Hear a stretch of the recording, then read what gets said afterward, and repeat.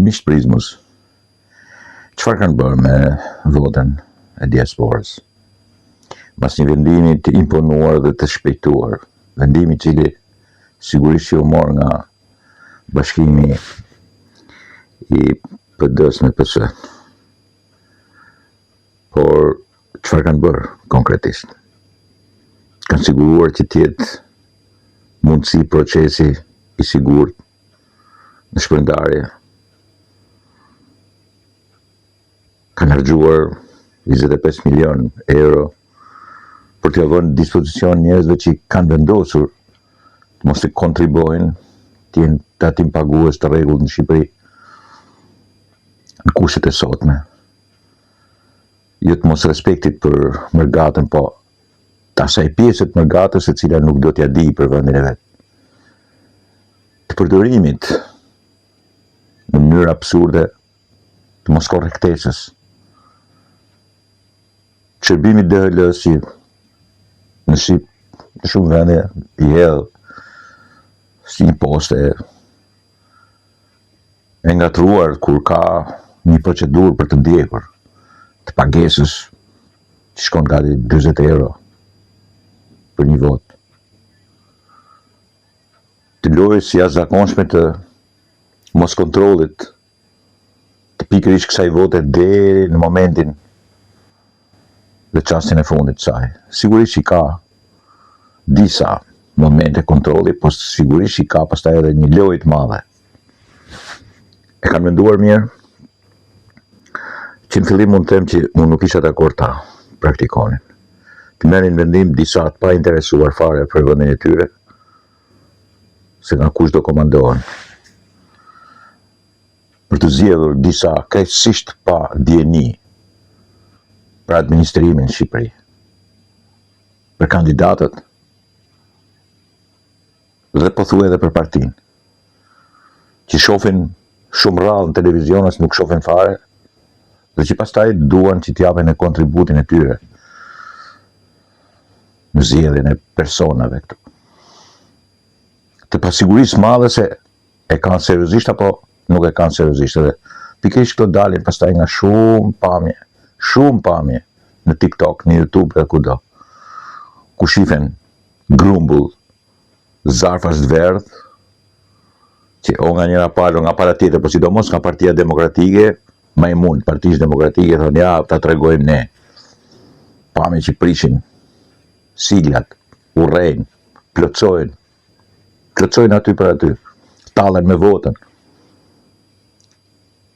Sepse sigurisht në Shqipëri është sofistikuar, ku shkohet votohet atje, as kërkush nuk mund bëj lodra kaq të mëdha sepse shkon në burg. Ndërsa ata prej ande mund të tallen me nerë, se as kërkush nuk do t'i përndjek. Tallen ballas, haptas. Në Shqipëri shkojnë në burg, aty tallen me votën. Janë dhjetra momente në TikTok, në YouTube e kudo, në rrjete. Ishte i shpejtuar shumë procesi. Zgjidhje shumë zbrigative, shumë e shpejt. Por njerëz që nuk ja kanë seriozisht vendit të tyre, se sigurisht janë shumë njerëz aty që e duan vendin e tyre, dhe do të tregohen të gatshëm të kontribojnë, megjithëse u vërtetua që nga një mërgat kaq e madhe, një sasi e tillë që po thuaj përbën 10 deri në 12% të interesimit, nga një mërgat e tillë 10 deri në 12%, ndoshta 30% e interesimit dhe pastaj votimit të vetëm 30% të atyre që janë interesuar i bie jetë më pak se 10%. Dhe për të gjithë këtë duhet patjetër një ngutje e tillë. Dhe midis gjithë këtyre pastaj dalin elementet që tallen me votën, me fatet. Se kjo është talli. Sigurisht pamje të tilla të shëmtuara që vijnë nga TikToku, sidomos nga TikToku i ndershëm i Partisë Demokratike në Shqipëri. Ju kujtohet se Sali Berisha ka bërë protestë për TikTokun. Edhe pastaj edhe rrjetet e tjera. Ja vlen të harxohen kaq miliona euro kontribuendëve këtu në vend, për ata që janë jashtë për të votuar në vend. E sidomos për atë pjesë që fiton e tallën. Unë do të kisha identifikuar gjithë të hapja proces, po nuk është bërë një marrëveshje që t'i hapësh në atë vend ku janë procese. Proces penal, sepse po fyen votën dhe po kryen një krim elektoral. Po ju them edhe herë, ka shumë e kemi sofistikuar edhe në sajt Sali Berishës, që gjithmonë humb zgjedhje dhe pastaj akuzon për zgjedhjet këqija, sofistikoju, sa janë zgjedhjet më të sofistikuar të botës, më me kontroll të botës. Dhe po ju them edhe herë që ne po të fotografojmë votën, po të vendosim votën, po të fymë votën, shkojmë në burg. Aty e bëjnë haptazi, janë me qindra, po ju them, mira, elemente të tillë në rrjet, e s'ka për t'i gjetur asgjë dhe kemi paguar ne lek kontribuentat shqiptar 25 milion euro për të tallur ajo pjesë e shqiptarëve që janë jashtë shtetit. Në mënyrë të turpshme, në mënyrë katastrofike. Pse?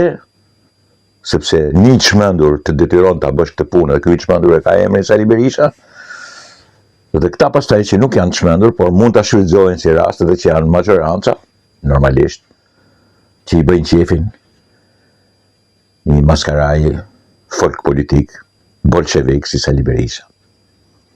Dhe sigurisht japin të drejtën edhe maskareve në diasporë, njerëzve të shëmtuar kundër vendit tyre, e përsëris edhe një herë, s'është e vërtetë se është e gjithë diaspora kështu dhe nuk është e vërtetë që janë të gjithë kështu. Është një pjesë e rëndësishme, por jo të gjithë kështu. Pjesa tjetër e duan vendin e tyre. Ndoshta nuk votojnë, por nuk do të kishin bërë kurrë marrëzira të tilla në atë votë që përcaktohet drejtimi, fati i një shteti.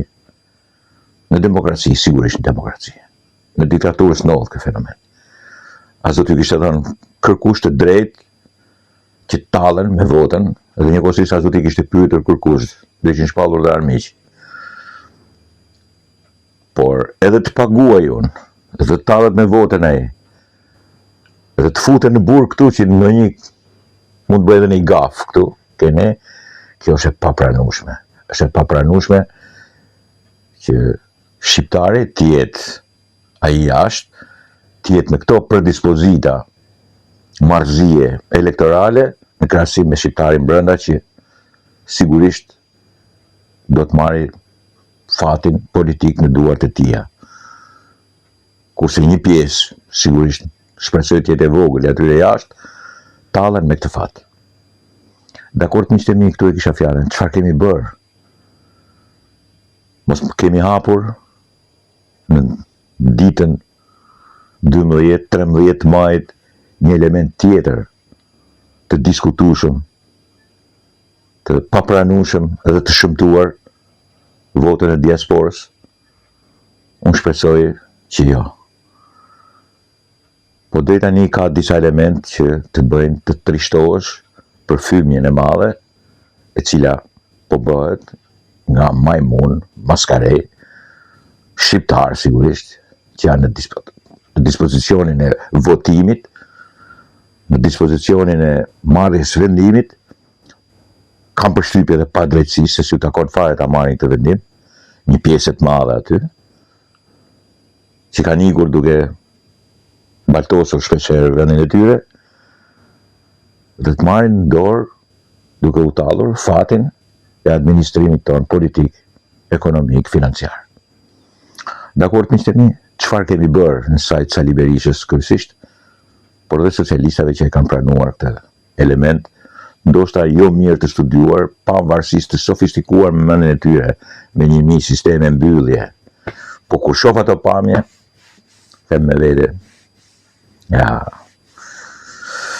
do vi dita dhe do diskutohen shumë, sepse ka për të diskutuar, le për të diskutuar edhe për qartësinë pastaj të rezultatit. Mund të ndikoj në mënyrë të arsyeshme ke ata që sidomos humbin në rezultat. Dakord, miqtë e mi?